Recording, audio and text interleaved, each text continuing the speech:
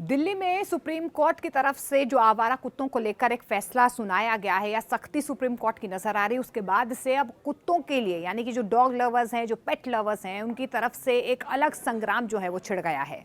दरअसल आपको बता दें कि सुप्रीम कोर्ट ने 8 हफ्तों के अंदर सड़कों पर घूम रहे लावारिस कुत्तों को पकड़कर डॉग शेल्टर में भेजने का आदेश दिया है। और जब से आदेश दिया गया है तब से डॉग लवर्स में गुस्सा साफ तौर पर नजर आ रहा है।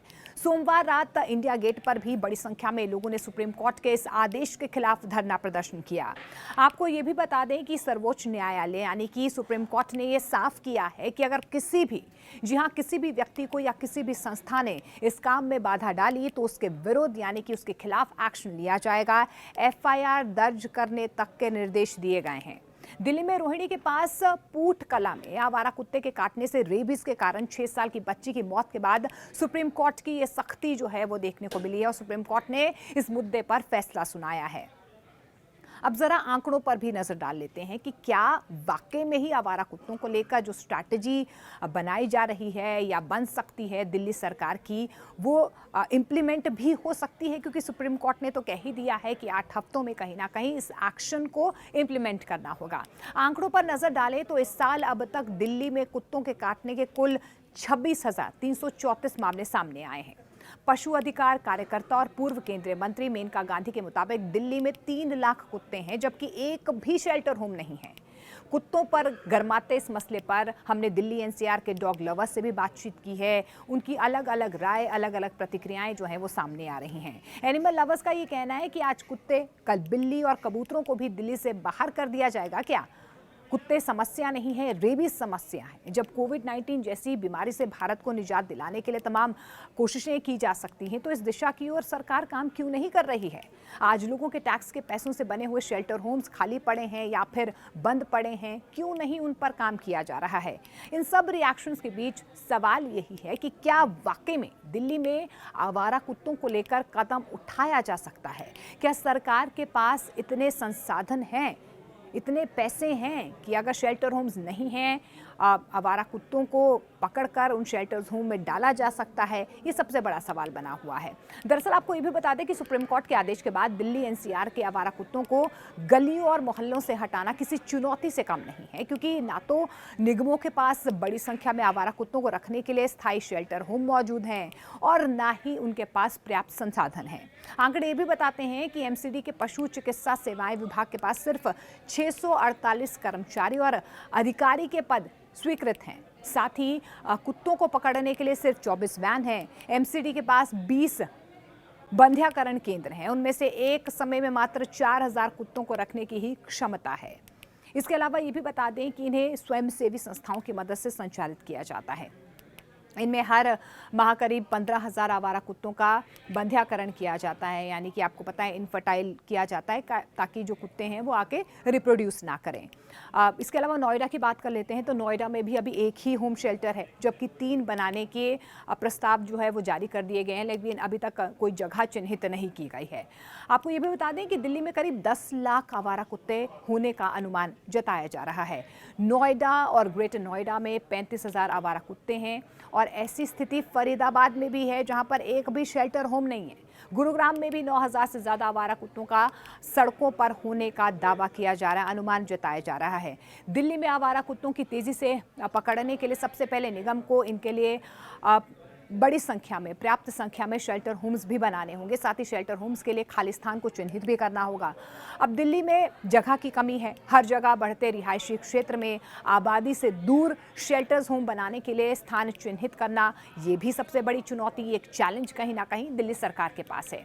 इसके साथ साथ आपको ये भी बता दें कि कर्मचारियों की कमी भी कहीं ना कहीं डिपार्टमेंट्स में है और इन विभाग में जो कमी है, जो वैकेंसीज हैं, उनको कब पूरा किया जाएगा, ये भी सवाल बना हुआ है। अब राजधानी दिल्ली में एमसीडी की पहल से ही वित्तीय स्थिति बेहद खराब है। पहले से ही जो इकोनॉमी को लेकर लगातार जो है सवाल खड़े होते ही आए हैं। ऐसे में आवारा कुत्तों के रहने के लिए शेल्टर्स होम बनाने के साथ साथ उनके संचालन की जिम्मेदारी लेना भी किसी चुनौती से कम नहीं है, क्योंकि जिस प्रकार से बेसहारा गाय के चारे रखरखाव के लिए 40 रुपये प्रतिदिन का खर्च आता है, वहीं ऐसे में अगर कुत्तों के लिए भी इतना ही खर्च होगा तो निगम के लिए फंड जुटाना, फंड जुटाना मुश्किल होगा। इसके लिए फंड की व्यवस्था करना चुनौतीपूर्ण रहेगा, क्योंकि दिल्ली में अनुमान के मुताबिक 8 से 10 लाख आवारा कुत्ते हैं। ऐसे में अगर आवारा कुत्तों की संख्या को 8 लाख मान भी लिया जाए और सभी को शेल्टर्स होम में एमसीडी डाल भी दे, तो सबसे पहले तो इन शेल्टर्स होम को बनाने के लिए बड़े फंड की आवश्यकता होगी। अब ये फंड कहाँ से आएगा? क्या वाकई में वित्तीय बोझ सरकार के ऊपर बढ़ जाएगा? ये सवाल बना हुआ है। जब शेल्टर होम बन जाए तो इन कुत्तों को शेल्टर होम में रखने में प्रतिदिन, आपको बता दें, ये आंकड़ा कहीं ना कहीं अनुमान जताया जा रहा है कि 3.20 करोड़ रुपए का खर्च भी आएगा। ऐसे में हर माह का खर्च लगभग 90 करोड़ तक हो सकता है। ऐसा ही नोएडा, गुरुग्राम, गाजियाबाद और फरीदाबाद में आवारा कुत्तों को शेल्टर होम में रखने के लिए करोड़ों रुपए की आवश्यकता हर माह होगी। चुनौती ये भी है कि दिल्ली में निगम को पता ही नहीं है कि किस इलाके में कितने आवारा कुत्ते हैं। एमसीडी में पूर्वकालिक दक्षिणी निगम में 2016 में 4 जोन में एक सर्वे भी किया गया था। जो 2016 में सर्वे किया गया था, उसके मुताबिक उस दौरान 1.89 लाख कुत्तों का होने का पता लगा था। इसके बाद दिल्ली में कोई भी सर्वे नहीं हुआ है, पता ही नहीं है कि सड़कों पर कितने आवारा कुत्ते हैं।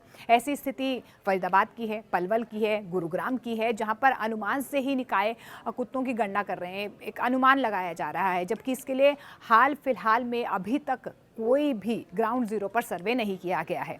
अब जल्दी से आपको ये भी बता देते हैं कि इसको लेकर क्या नियम रहे हैं, अब कोर्ट की सख्ती के बाद क्या हो सकता है।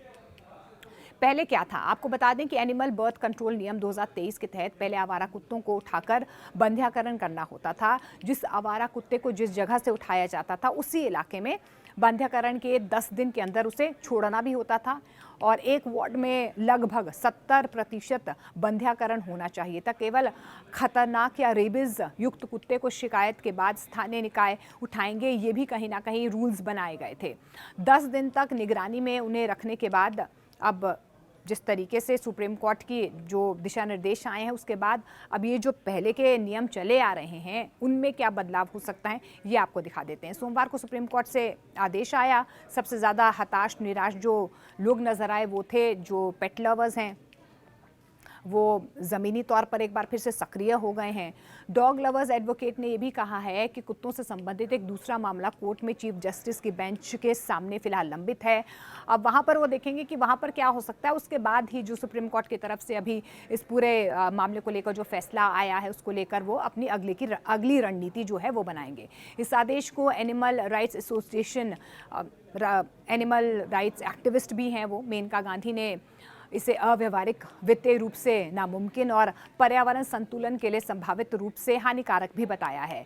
सुप्रीम कोर्ट ने आवारा कुत्तों की समस्या को बेहद गंभीर बताते हुए दिल्ली सरकार और लोकल अथॉरिटी को आदेश भी दिया था कि वे सभी इलाकों से कुत्तों को पकड़कर शेल्टर में रखें और इस अभियान में रुकावट पैदा करने वालों के खिलाफ सख्त कार्रवाई होनी चाहिए। मेनका गांधी का यह भी कहना है कि इस आदेश को लागू करना असंभव है। वहीं दिल्ली सरकार ने हाल ही में संकेत भी दे दिए हैं कि वे कोर्ट के आदेश का पालन करेंगे। मुख्यमंत्री रेखा गुप्ता ने भी कह दिया है कि आवारा कुत्तों की समस्या विशाल रूप ले चुकी है और सरकार जल्द ही इस आदेश को योजनाबद्ध तरीके से लागू करने के लिए नीति लेकर आएगी। दिल्ली विकास मंत्री कपिल मिश्रा ने कहा है कि ये कदम शहर को रेबीज और आवारा जानवरों के डर से मुक्त कर देगा। अब ये देखना होगा कि पेट लवर्स लगातार इसके खिलाफ आवाज उठा रहे हैं। सुप्रीम कोर्ट ने अपने आदेश दे दिए हैं। अब दिल्ली सरकार इस पूरे मामले को लेकर क्या करती है।